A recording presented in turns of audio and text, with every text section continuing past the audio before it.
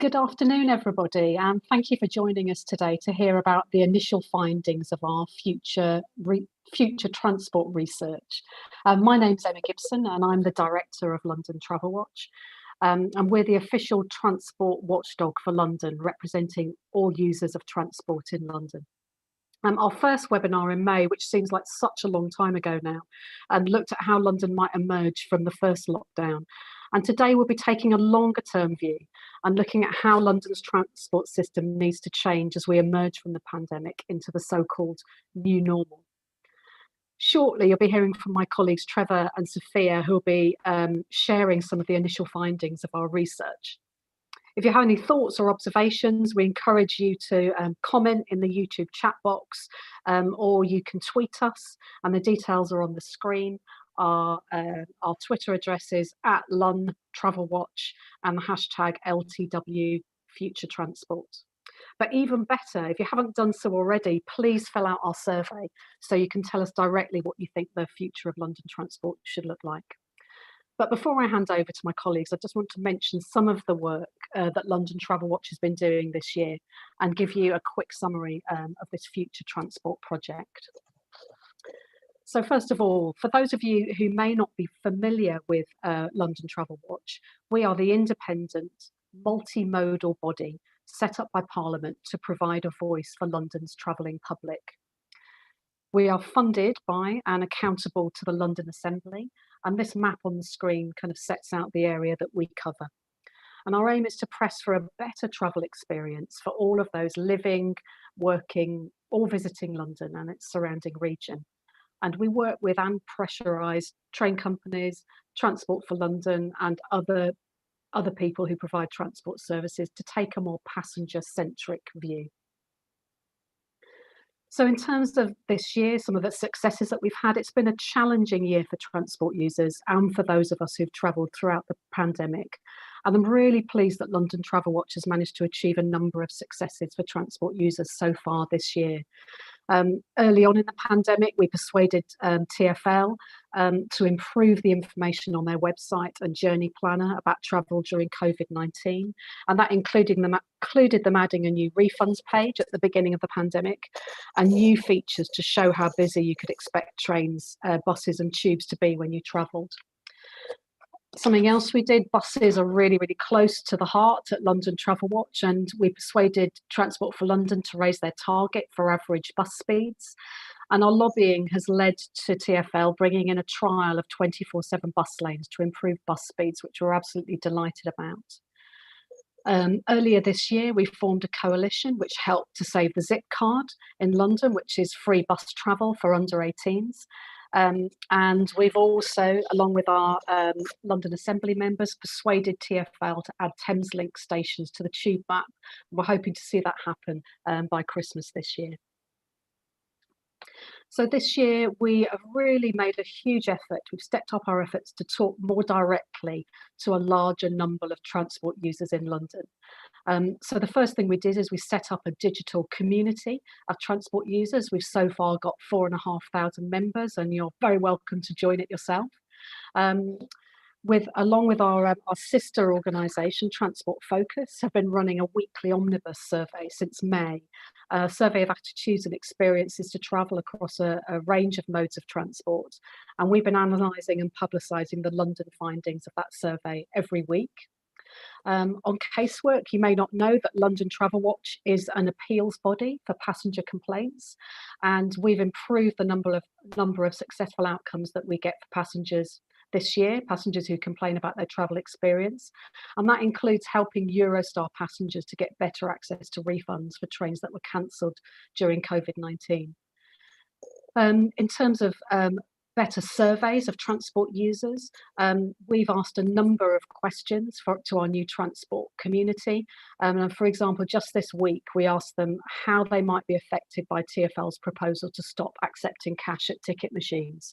My colleagues, Trevor will tell you about this later, but we were absolutely delighted to get more than 1,200 responses so far from our public survey on future transport. So this is an important moment to think ahead. That brings me nicely onto our future of transport work. It's safe to say that the pandemic has meant that many of the assumptions and predictions about how people travel in London have been thrown into question. And when I started in January, the conversation was all about how we could increase the capacity of the transport network in London um, to serve the growing number of commuters. Now it's far from certain that that's what we need as we're coming out of the pandemic. Changes like working from home, more people cycling and walking or driving, more local journeys and less travel into the centre of London are just some of the changes that have had a huge impact on demand and subsequently the finances of Transport for London and rail companies. Now, TfL initially estimated that demand on the network will have returned to about 80% of previous levels by this time next year, but the likelihood of that prediction coming true, as with any at the moment, is highly uncertain. So many of those involved with shaping and making decisions about London transport have recognised the opportunity that's arisen as a result of this massive social upheaval. And with the mayoral elections just around the corner in May, we thought it was a good time to reassess our priorities for transport users. Throughout the last 6 months, there's been a huge amount of debate about the future and what a new normal will or should look like. And much of the priority so far has focused on keeping Londoners safe and able to travel while maintaining social distance. Various voices and agendas have emerged, hoping to shape and influence what happens next. But at London TravelWatch, our aim is to make sure that the people who get around London are heard in any future transport decisions and about how it will change. And I mean, it might seem like a really odd thing to say, but when I started in this role in January, the first thing I learned was that transport operators don't always start with the question, what does the passenger need? So we need to make sure that any new transport solutions are accessible, affordable, practical, and inclusive. There's a real opportunity here to plan a transport network that meets the needs of all transport users. So our future transport work at London TravelWatch sets out to explore what the priorities are for transport users, and we've done that by asking them directly. And we've also asked those who work to represent and advocate for transport users across a wide range of interests and sectors what they think needs to change. In particular, and forming a part of the focus of today's seminar, is recognition of the need to prioritise transport users who may have felt left behind this year. London TravelWatch has a duty to speak up and represent people where there's a risk to accessibility or where they're underrepresented, such as with bus users. The needs of transport users across a broad range of categories needs to be considered, inclusive of all demographics, all modes of travel, every area of London, and whatever the purpose of the journey is.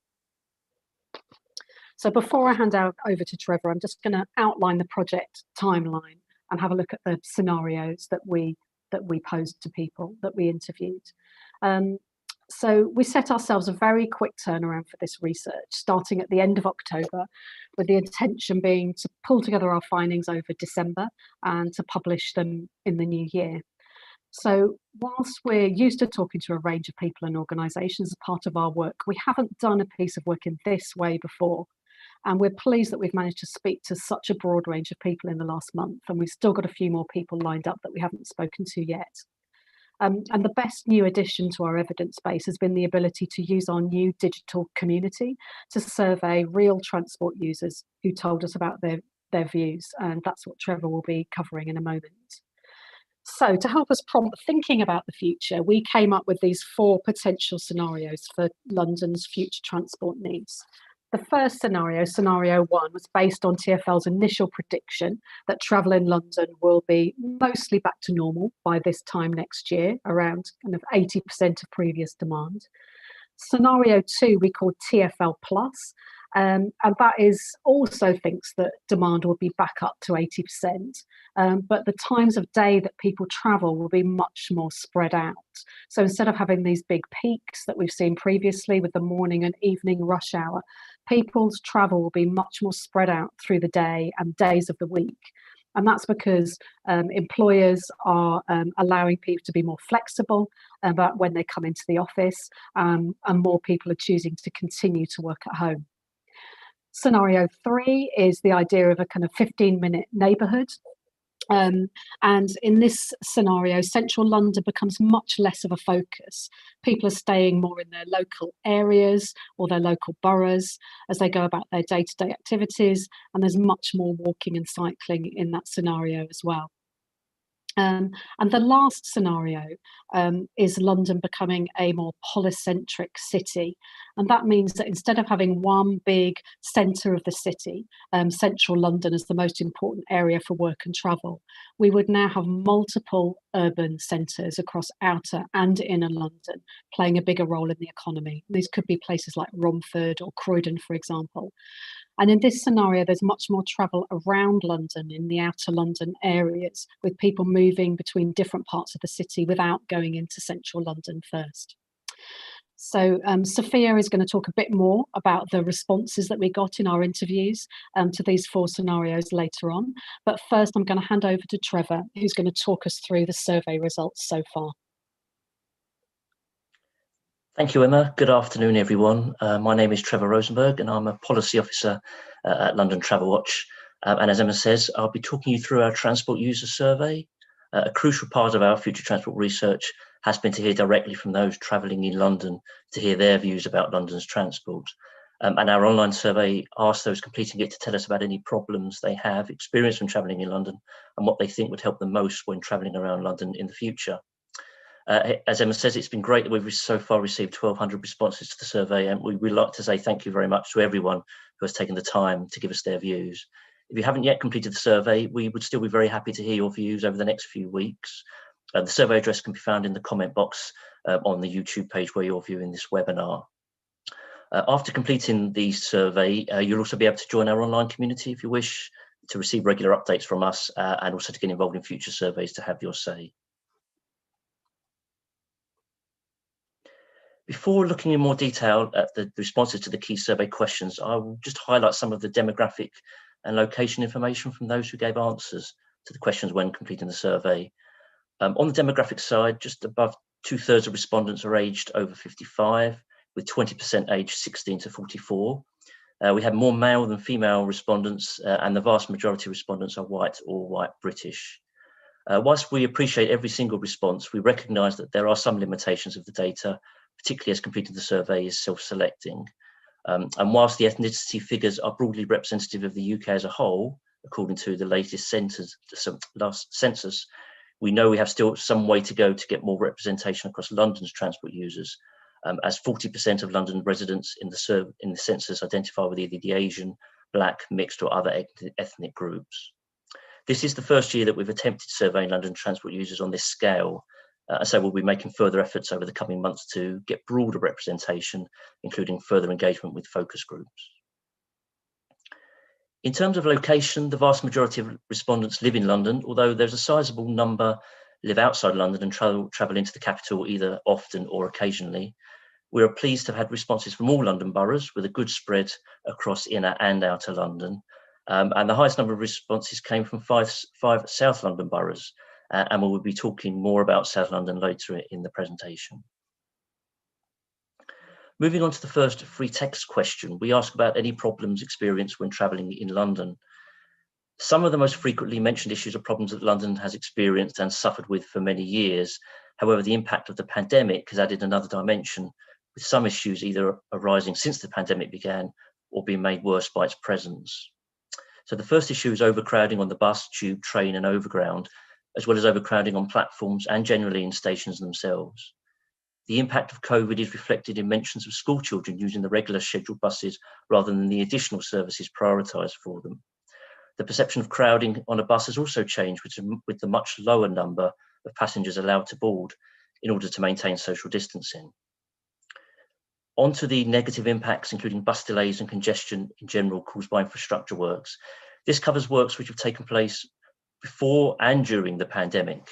Our respondents mentioned traffic jams caused by cycle lanes, the impact of low traffic neighbourhoods, the effects of roadworks and of traffic light phasing, and the temporary or long-term closure of some bridges across the Thames. There was a great deal of concern about COVID rules not being applied on the transport network. In particular, this focused on face coverings either not being worn or being worn incorrectly, the lack of social distancing, and bus drivers not enforcing the maximum passenger number limit on their bus. Delays and cancellations on the tube and trains ranked highly and clearly remains a perennial problem in London. Many respondents highlighted their concerns across a range of antisocial or illegal behaviour. This included fare dodging, begging, drunkenness, harassment and assaults. There was a common problem of a lack of communication and in the provision of information. Respondents highlighted the lack of live updates when services are delayed or cancelled, including a lack of accurate information online and in not knowing the reason why there are delays and cancellations. With particular regard to a lack of bus information, the absence of a London-wide bus map was mentioned, along with a lack of next bus indicators at bus stops. Comments about the lack of accessibility highlighted frustration at the lack of step-free access at tube and train stations and gaps between platforms and trains. There was also reference to bus drivers not pulling their buses into the curbs, which then made it more difficult and in some cases dangerous for passengers to get on and off buses.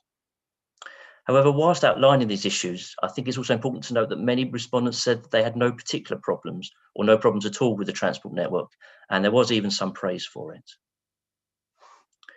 Moving on to the second question that we asked, we received a wide range of thoughts about what would help most when travelling around London in the future. Many of the responses are the flip side of the problems that I've just outlined and offer some potential solutions.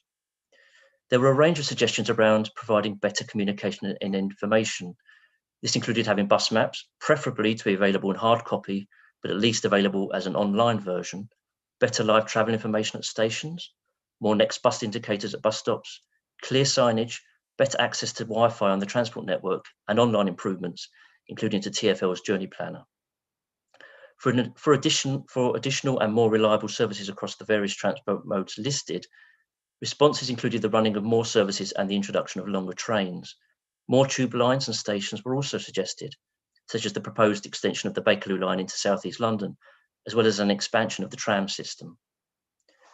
To enable better accessibility, respondents particularly highlighted the need for more lifts and escalators at stations. They also want bus drivers to lower their buses at stops to make it easier for all passengers to get on and off the bus, and for there to be more toilets at stations. There were a wide range of suggestions for better infrastructure for cyclists, in particular having more improved and segregated cycle lanes, along with better signage and joined up cycle infrastructure between local authorities. For more and better staffing and enforcement, respondents mentioned the need for visible and active staff across the transport network to give information and provide reassurance about safety. And there was also the need for a greater police presence in legal behaviour. The better enforcement of and compliance with COVID rules follows on from this. Here we are particularly referencing the wearing of face coverings on the public transport network by those who are not exempt. It also includes the issues of maintaining social distancing and bus drivers enforcing the maximum passenger number limit on their bus. Many of the comments around retaining the Freedom Pass and restoring full use of the 60+ Oyster are a reflection of Transport for London's current funding agreement with the government, in which holders of the Freedom Pass or 60+ Oyster can only use them after 9 AM on weekdays. There is much enthusiasm for both concessionary tickets to be retained for work, leisure and socialising purposes, and also to help reduce car use. Finally, there were calls for better local and orbital services and links, including an expansion on the existing limited number of express bus services. As one respondent said, too many services are still in and out of central London. Better suburban orbital services are needed. Calls for these better services and links may at least partly reflect the fact that during the pandemic, more people have been spending a greater amount of time in their local area. And we will be talking more about local and outer London later in this presentation. Finally, I'd like to highlight some other research that's been undertaken to understand the views of transport users to give some wider context. Since the start of May, as Emma mentioned, our sister organisation, Transport Focus, has been surveying journey satisfaction and travel trends during the COVID-19 in their weekly omnibus survey. And we know that these omnibus results are discussed each week, the highest levels of Transport for London. The information in the two boxes on this slide give views of overall bus journey satisfaction from early September to late November this year. The broken line in the left-hand box shows the satisfaction level for passengers on London's buses, whilst in the right-hand box, the broken line shows the satisfaction level for passengers on buses outside London. Taking this information together, it shows that satisfaction levels for bus journeys in London has been consistently lower than for those outside London, and indeed this has been the case since this summer. Transport Focus have also been asking people, once there is a COVID vaccine, if they intend to drive for journeys which they would have made on public transport before the pandemic. The latest figures from last month show a significant difference between respondents overall and those in London, with 33% overall saying they will drive more, but then this rising to 40% in London. And as part of developing a new digital community in our active travel project, we ran a survey asking transport users if they had changed their travel habits in their local areas and around London during the pandemic. We found that there had been less travel overall, but a much greater reduction of travel around London compared to that being made in the local area. Of the minority who had increased their travel, almost all of it had been done in their local area. In this survey, we also found that walking and taking the bus were the most popular ways to travel. I'd now like to hand over to Safia, who will talk you through the next part of the findings from our evidence gathering. Great, thanks Trevor. So my name is Sophia and I'm also Policy Officer at London TravelWatch. I'm now going to talk through some of the conversations we've had in the last month, as well as some of the written submissions that we've had. I'd also like to add that these slides will be made available next week. So as Emma mentioned, we've not actually run a project quite like this before, but we felt it's really important for us as an organisation that is representative of transport users in London to start asking these questions. So as you can see on this slide, we reached out to a wide range of individuals and organisations, some of whom we've worked with before, but others were new conversations and connections. What we're really grateful for is how willing people have been to share their views. And although we've still got a lot of interviews and submissions to look through, it's really interesting to see some of the themes already emerging. So in terms of how we ran the interviews and focus groups, we asked participants to give us their thoughts or comments on the 4 scenarios to get a sense of either what they were hoping London's transport might look like in the future or what they believed was most likely. We then asked a series of questions designed to draw out some of the general issues facing the people, sectors or interests participants represented, and then to think more specifically about transport and travel. So from our initial analysis, what we were able to do is roughly group comments into these categories, which I will go through, looking at specific themes and examples. I will caveat that we had a huge range of topics and responses across many policy areas, and so we are not able to cover all of them today. Instead, we've tried to pick out examples and themes which we already know will be incredibly important going forward next year. So the first thing we looked at was people's reactions to the 4 scenarios that we pitched.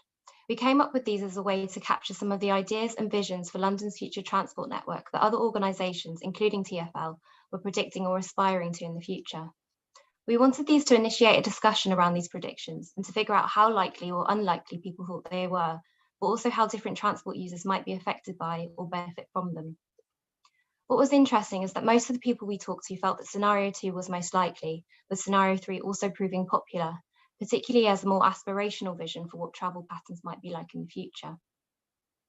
From this, we can say that most people are expecting things largely to return to some sort of normal, but that travel patterns will still be much more spread out across the day, thanks to the home working revolution being here to stay.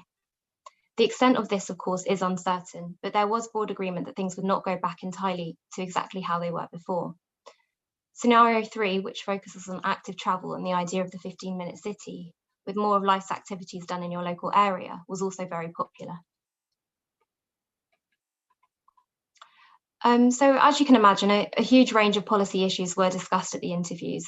The nature of the questions we asked were incredibly broad, and this allowed for people to really talk about what was most important to them. In terms of policy challenges facing London's transport in the future, discussions included the economy, unemployment and furlough, the housing crisis, car dependency and congestion, the climate crisis and air quality, accessibility, logistics, delivery and freight, and the funding of public transport and TfL, and much more. In terms of opportunities, it was clear that there were lots of interesting ideas being explored at the moment, whether it's the revival of the idea of a new user-based roads charging scheme, the 15 or 20-minute city, or the potential of micromobility in London. So it won't be possible to cover all these policy areas in this presentation, but to give an example, we wanted to talk through the policy challenge of public health and feeling safe on public transport, which is a huge issue that predates the pandemic, but has at least recently taken on a new meaning.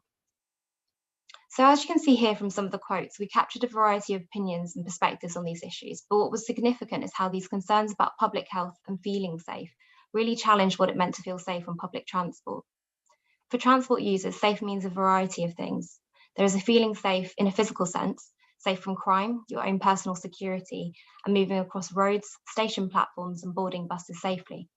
There is also feeling safe in terms of your health. In the short term, this might mean avoiding contact with the virus until a vaccine offers widespread protection, mask wearing compliance, and physical distance. And in the long term, it's cleaning up the air you breathe and reducing emissions, which is having a potentially life-threatening impact on Londoners. These concerns are echoed across all transport user groups. When we spoke to young people, it was interesting to hear that personal security was a major issue, and many agreed that they would like to see more staff present on public transport. There are also other important considerations to make, as some groups are more at risk than others. For example, earlier in the year, we wrote about how there may be a greater risk for BAME transport users and transport staff using public transport during the pandemic, after research showed that some BAME groups were more likely to get seriously ill as a result of COVID-19.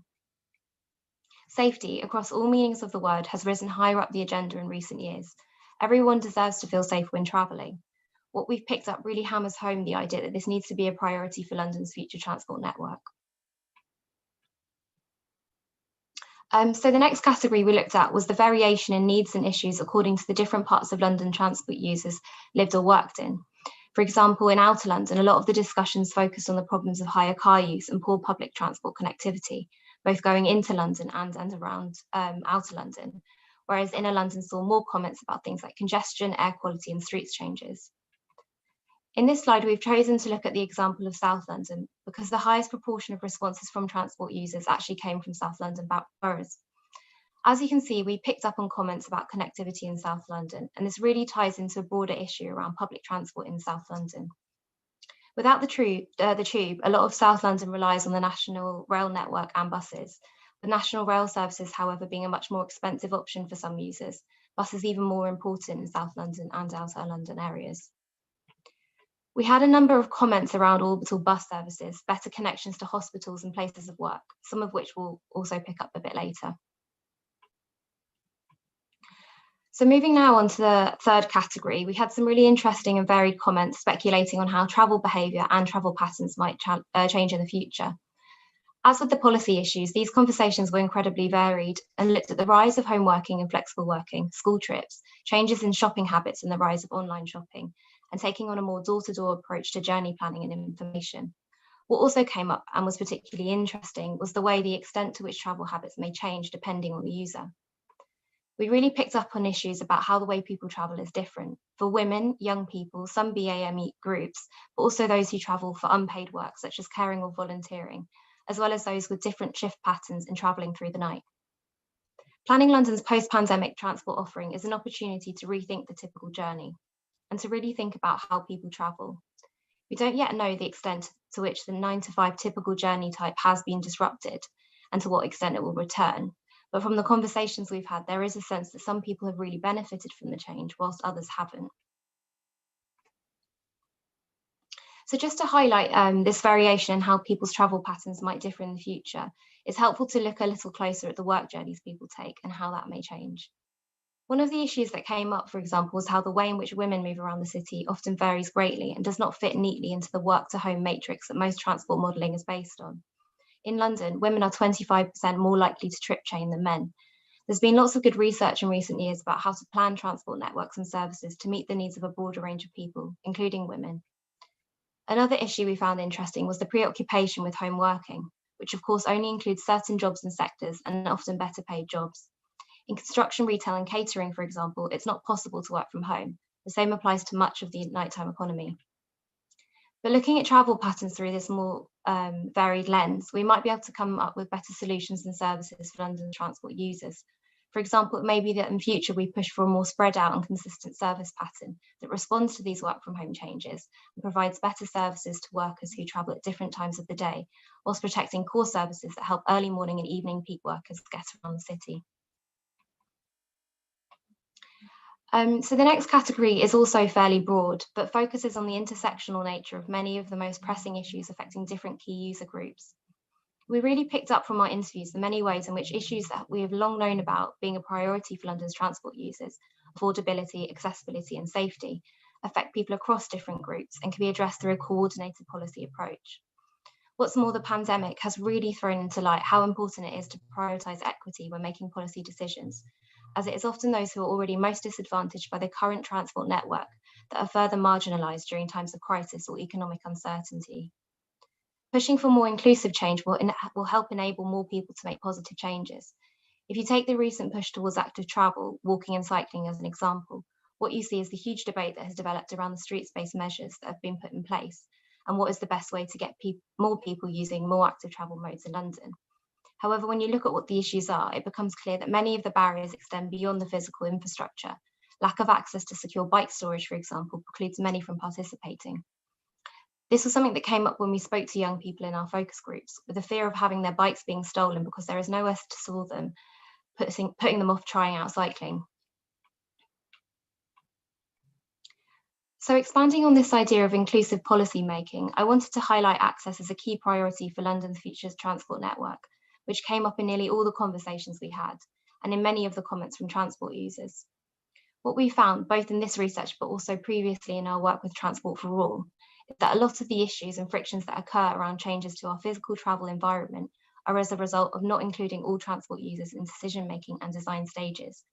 In certain situations, this can have a really negative impact, in particular on disabled people. What comes out clearly is that accessibility needs to be at the top of the list when making decisions for the future and not as an add-on to existing plans. The pandemic has highlighted a real risk to disabled people, and any vision for the future of London's transport network really needs to integrate a collaborative co-production approach to finding solutions. So for the next 2 slides, I'm just going to look at 2 example policy challenges that have really come out across a number of interviews and explore how the feedback we've received could help us think about solving these issues in the future. So the first is looking at the problems facing Outer London around car dependency and high car usage, which causes congestion and pollution. As Trevor mentioned earlier, our omnibus survey has worryingly shown that 40% of Londoners surveyed said they would drive more after the pandemic is over. We also know that car ownership varies considerably across London, with 40% of inner London households having a car, compared to 68% of outer London households. We also know that if we want to get that mode shift away from private car use, a long-term strategy will be needed, which over time reduces the need for car use in outer London. So whilst it's not a problem that will be solved overnight, what we have found is there's often crossovers with other problems that, if addressed, could help encourage and facilitate more public transport journeys in outer London. In this example, we spoke to an MP in North West London who talks about the fact that Stanmore Station is not completely step-free, which makes the case for people to access the local hospital via public transport much more difficult to make. As we picked up here in some of the transport user comments, there are also a number of other stations on this part of the network which have only partial step-free access, something which is also common to other parts of outer London. When you start to piece this together, you can see how important it is to prioritise accessibility as a solution to a number of problems. Another theme we picked up on is the popularity of more orbital public transport options, connecting these transport interchanges with neighbouring boroughs and key outer London hubs, whether that be for education or healthcare, for example. There is also a role here to play for micro-personalised transport, whether that is bike, e-bike or e-scooter, which if you plan for properly will allow that individual flexibility without adding to car traffic on the road. So this last example builds on the previous slide and really looks closely at some of the comments that we picked up around the bus. In the last slide, we highlighted some of the ways better cross-borough services and orbital routes could open up possibilities in outer London, and in a large part this would happen with the bus. The bus really is key in any vision of future London transport, and this is something that London TravelWatch has long campaigned for improving. In London, the bus takes the largest share of London's public transport network, in ordinary times accounting for over 6 million journeys a day, and is the only public transport service that is fully accessible. Outer London has historically been quite difficult to serve because of the dispersed nature of trips, but there are many bus services that connect outer London town centres but need improved performance. There are also a handful of express routes, for example the X26, which links key outer London town centres with Heathrow Airport. As you can see from the comments, reliability, frequency, better information and capacity are all really key for the users of London's buses, and bus users will always put journey time and reliability at the top of their priority list. In outer London, restoring confidence in the bus will be key in future to creating that mode shift away from the car. So I hope that's been interesting. We're looking forward to reviewing the rest of the findings and seeing what other themes and priorities emerge. So just to sum up then, this initial look at the findings has shown that there are varying perspectives on what will be needed, but most people think there'll be mostly a return to normal, with some changes to travel patterns and more local travel. There is a real risk of car journeys returning to even greater numbers than before the pandemic, which makes it even more important to find ways to make active travel and public transport more accessible and useful to people. The need to feel safe when travelling around London is even more important than before, in terms of air quality, accessibility, crowding and personal safety, particularly in a post-pandemic world where public health is at the forefront of everyone's minds. The next step for us will be to review the rest of the feedback and compare the findings to other research and data to build a picture of priorities for London's transport users going into next year. So thank you for listening. I'm just going to hand back to Emma to close the presentation. Thank you. Thanks very much, Sophia, and thank you everybody for tuning in today. We hope this has been a good taster of what we've been doing in the last month, and we're looking forward to reviewing the full findings and developing a vision for what London's future transport should look like. Just a quick reminder to fill out the survey if you haven't done already, and our slides from today will be made available online next week. And if you've got any questions or would like to discuss this work further, there's an email address on this screen, and you can drop us a line. So we look forward to seeing you next time.